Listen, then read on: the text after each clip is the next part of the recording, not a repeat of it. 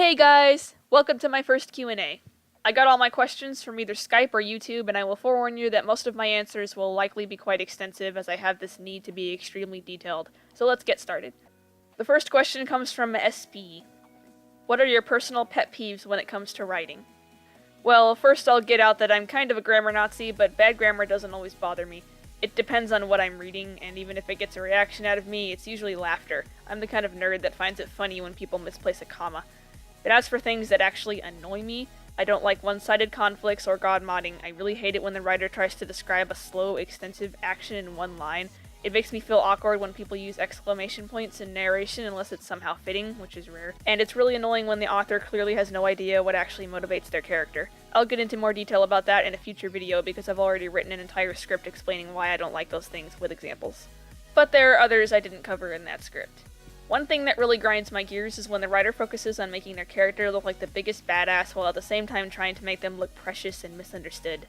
Let me rephrase. That in and of itself doesn't bother me as much, but when their method of doing this is making the other characters all look like assholes, even if it means writing them out of character, then we have a problem. I also hate when a character is reduced to a cliché trope, and I hate it when people excuse poor writing because it's meant for children. Yes, you can get away with telling a more simplified message to kids, but 9 times out of 10, it pisses me off when people try to teach kids black and white morality. If you don't mind answering, what motivated you to make a YouTube channel? Well, I made my first YouTube channel when I was probably 11 or something.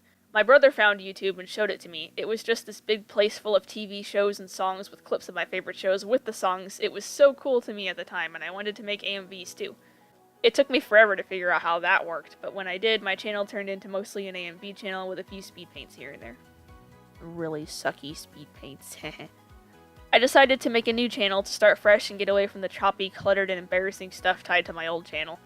I still like some of my old videos, but the way I typed was cringe-inducing. I started this channel after getting into Minecraft Let's Plays and mod reviews. I think Skydoes Minecraft was probably the first YouTuber I considered my favorite. I wanted to do mod reviews too, so I tried many times to start a new Let's Play or make the perfect new introduction video, and it all just fell through.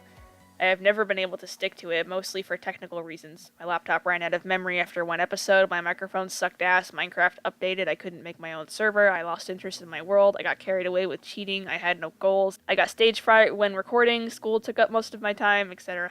Eventually, I got the idea to make little comic videos like this one, and that idea quickly evolved into, how about writing advice? Because one of the things I'll never get bored of talking about is stories. If you've watched my Steven Universe review of Drop Beat Dad and Mr. Greg, you'll know that I was very inspired by several YouTubers who are known for being critics. I learned almost everything I know from them, and I love doing it, so that's what this channel turned into. 1. Do you have a preferred music genre? If so, what are they? My personal favorites are electro swing and alternatives of popular genres. I will listen to just about everything, but my favorite sound is often something with synth and a heavy bass. If there's an umbrella term for techno, trance, house, all that other subgenres, then that's my favorite genre. Electro swing is pretty awesome too. What inspired or various inspirations you to start a webcomic, which I'll read soon, and pursue art and writing? I started drawing and writing when I was maybe 7 years old.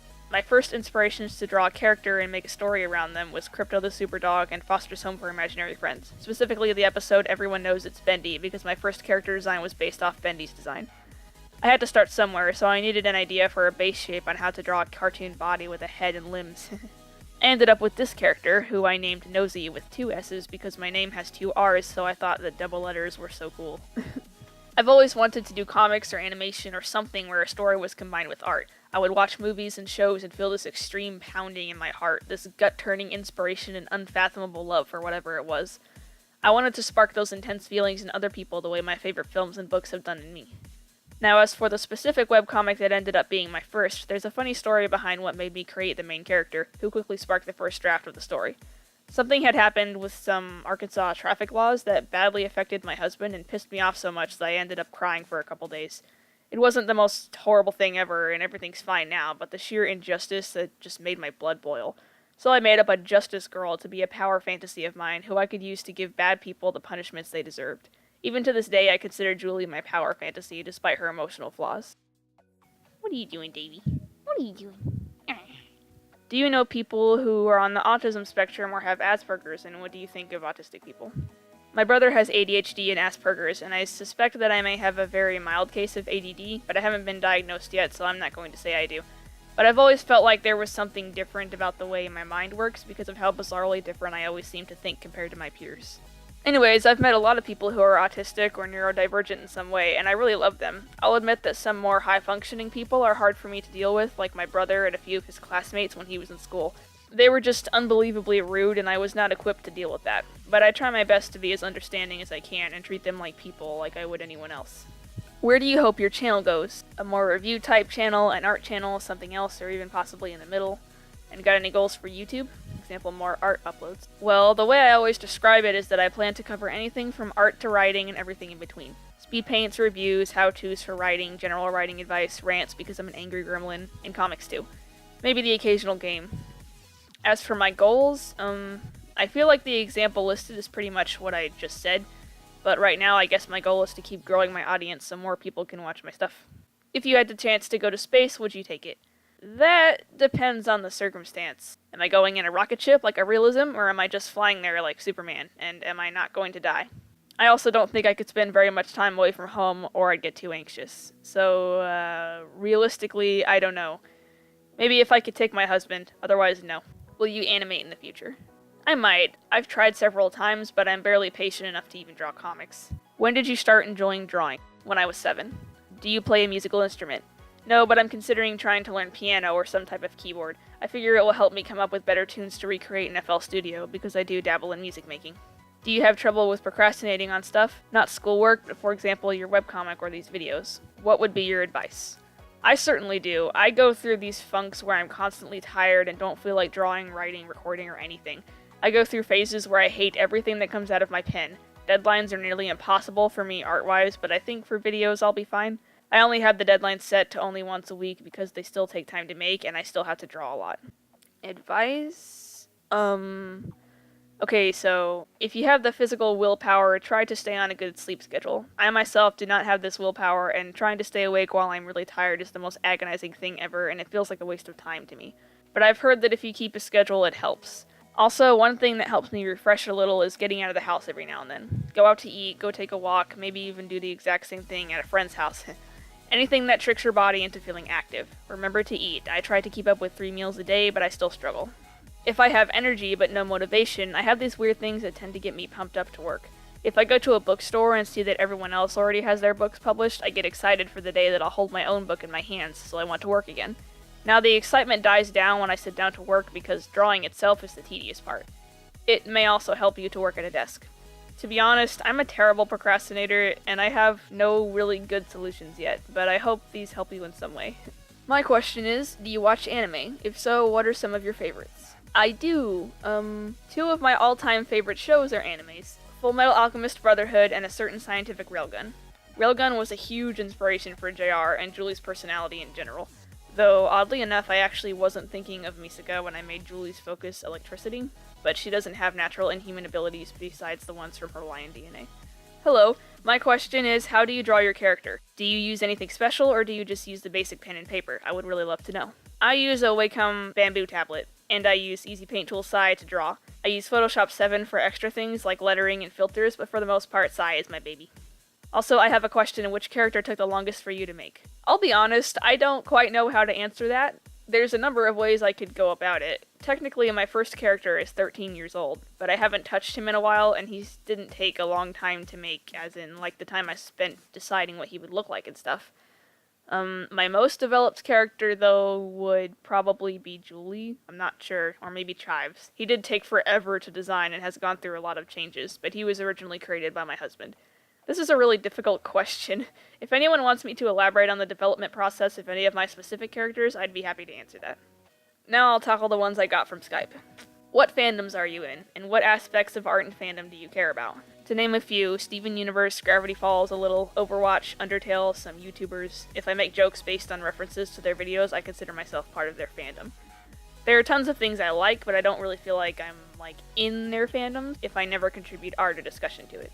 As for aspects, I value nuance above everything. If you can tell a good story without making everything look like absolute good versus absolute evil, you have my respect. I also love stories that can get dark. They don't have to have an overall dark tone, but if you can communicate how messed up something is to your audience, whether it's directly or through symbolism, then I'm likely to enjoy that if it's done with tact. I love a fun art style, which is completely subjective, of course, and I love some good humor. For me, Steven Universe covers a lot of these, and Rick and Morty is really good with these too in a completely different way.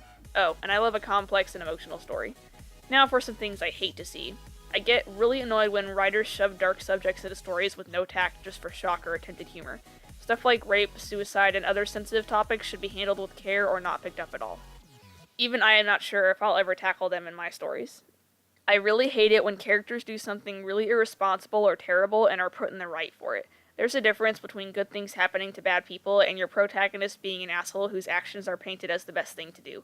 I also hate cop-out endings and the status quo is God trope.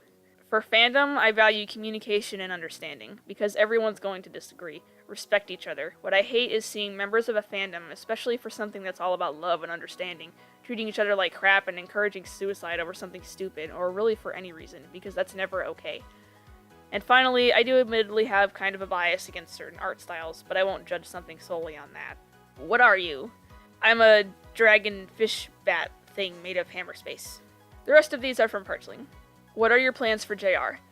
Hopefully finishing it and giving it the quality it deserves. I'm assuming you meant besides the plot itself, because I'm constantly updating you on that.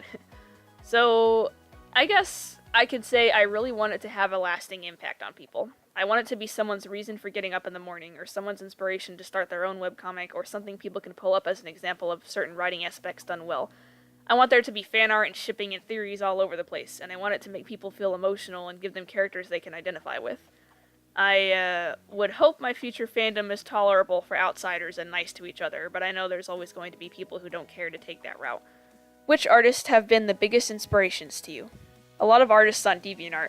To name a few, Bonka-chan for her amazing skills with perspective and anatomy, Erdembot for how insanely fast she improves and works, and actually one of my favorite artists growing up was VivziePop for her style and character design. I don't really look at actual famous artists like Da Vinci and Van Gogh that much, though I will say Van Gogh and Michelangelo are a couple of my favorites. I was also inspired by R.L. Stein's style of writing in his Fear Street books and Josh Malerman's amazingly creative concept in his book Bird Box, which also, funny enough, ended up inspiring the existence of my Quamrana species, just their design. I plan to eventually do a review of Bird Box. I've also read a few fanfictions throughout my life that, at the time, were the best things I had ever read, and thus they each inspired me in different ways. Why are you writing JR? Well, it was originally my little Justice Power fantasy, like I said earlier, but it ended up turning into something much more important to me. Besides the reasons I gave for wanting to create art and stories, I really want to provide good representation of not just people, but the issues they face. I can relate to a furry character or an alien just as much as a human if their struggles are human. One of the biggest things JR commentates on is the fact that morality is not black and white.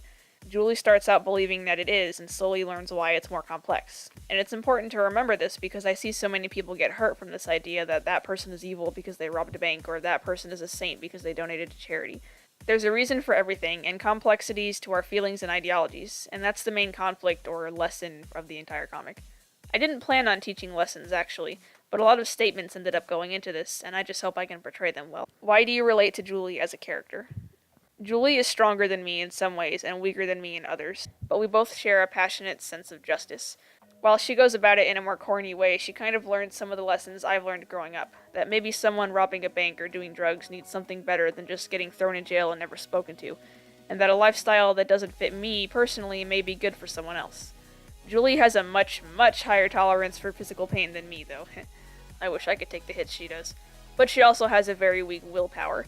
If she's depressed, she will drink herself under the table without a second thought, which I myself would never do. It's clearly unhealthy for her to deal with her problems that way, but her mindset about it is that she doesn't care at the time, which I can still relate to, but for me, it's my unhealthy sleeping habits. Julie and I both wish we could save everyone, and we both want to make the world a better place. I really hope we can at least do the latter. Do you have any career goals? If so, what are they? This seems to change for me every now and then. I wanted to go to college, but I really don't think it's for me. But one goal I've always had was that I wanted to gain an audience so people could see my art and stories and opinions. So far, that goal is starting to come true, which is super cool to me. Everything else I'm unsure about for now. That was the last of the questions for now. I will absolutely do a part 2 if I get enough questions to compile for that. Thank you so much for watching, and I will see you guys next time. Bye!